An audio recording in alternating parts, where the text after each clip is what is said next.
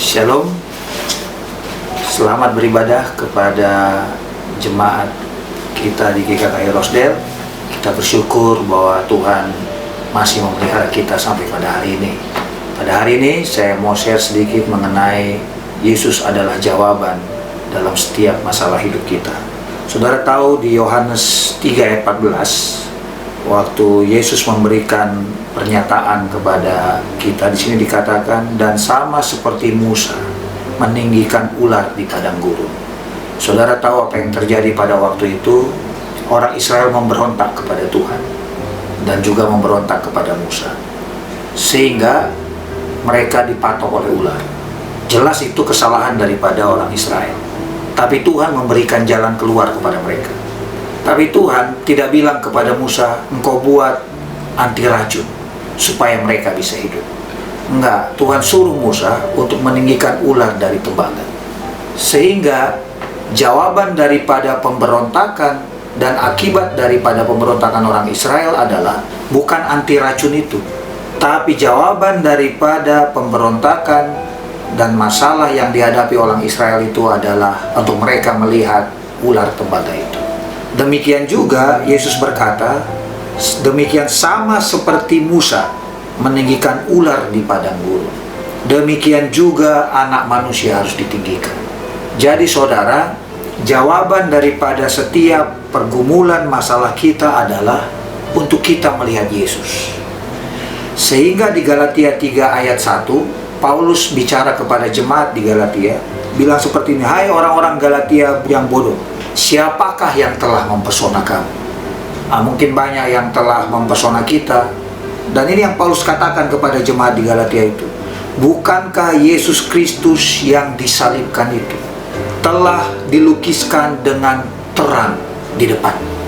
Jadi sebenarnya kalau Yesus adalah jawaban dan Yesus sudah dikaruniakan kepada kita, sebenarnya tak ada lagi masalah. Amin. Jadi sehingga dikatakan demikianlah Tuhan Yesus sudah dilukiskan dengan terang. Bagaimana kita melihat Tuhan? Tuhan yang tidak kelihatan itu. Bagaimana kita bisa belajar melihat Yesus yang tidak kelihatan itu? Jawabannya di Yohanes 3 ayat 15. Dikatakan supaya setiap orang yang percaya kepadanya beroleh hidup yang kekal. Jadi bagaimana kita melihat Yesus adalah dengan percaya kepadanya. Jadi kita berpikir kalau kita punya masalah keuangan, jawabannya adalah kita dapat uang. Waktu kita mengalami masalah, jawabannya lepas dari masalah. Betul, Tuhan akan lepaskan itu semua. Tapi sebenarnya jawaban dari semua masalah kita adalah Yesus.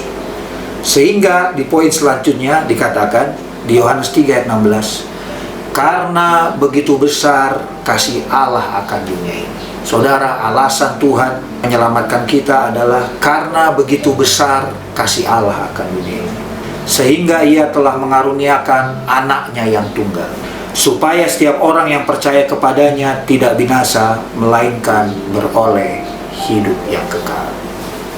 Jadi karena begitu besar kasih Allah, dikaruniakanlah anaknya untuk hidup yang kekal. Tapi Tuhan tidak hanya sampai kepada dalam tanda kutip hidup yang kekal saja. Sehingga di Roma 8 ayat 32 dikatakan, ia yang tidak menyayangkan anaknya sendiri, tetapi yang menyerahkannya bagi kita semua, bagaimanakah mungkin ia tidak mengaruniakan? Apa yang dikaruniakan? Segala sesuatu kepada kita bersama-sama dengan Dia. Jadi saudara, di hari Minggu yang luar biasa ini, mari kita terima kasih karunia yang melimpah dalam hidup kita. Tuhan sudah kasih anaknya yang tunggal, apalagi yang lain. Tuhan katakan segala sesuatu akan dikaruniakan. Tahu saudara artinya dikaruniakan? Diberikan cuma-cuma. Mari kita terima kelimpahan daripada Tuhan. Dan pada saat ini saya juga sebagai hamba Tuhan akan berdoa buat semua jemaat yang beribadah di rumah masing-masing. Mari kita berdoa. Bapa, terima kasih Tuhan buat anugerah-Mu yang besar. Sama seperti Engkau memelihara orang Israel di padang gurun selama 40 tahun. Engkau juga yang telah memelihara kami sepanjang kami mengalami situasi COVID-19 ini. Kami bersyukur Engkau memelihara kami dengan kesehatan yang Tuhan anugerahkan kepada kami, dengan keuangan yang Tuhan anugerahkan kepada kami, dengan kelimpahan yang Tuhan anugerahkan kepada kami. Dan hamba-Mu berdoa biarlah semua jemaat kami mengalami sukacita, damai sejahtera, dan kelimpahan yang daripada Tuhan. Kami bersyukur Tuhan buat kebaikan-Mu yang luar biasa. Semua jemaat kami yang bekerja, Engkau yang memberkati mereka. Mungkin ada yang membutuhkan pekerjaan, Engkau yang mengaruniakan pekerjaan dalam hidup mereka. Mungkin ada yang membutuhkan keuangan, Engkau yang menganugerahkan keuangan dalam hidup mereka. Mungkin juga ada yang membutuhkan kesembuhan, Engkau yang menganugerahkan kesembuhan dalam hidup mereka. Sehingga seperti apa yang Kau katakan di firman Tuhan, kami lebih daripada pemenang dalam segala hal oleh karena Engkau. Terima kasih Bapa, kami bersyukur, dan biarlah sukacita dari Tuhan selalu bersama dengan kami. Di dalam nama Yesus.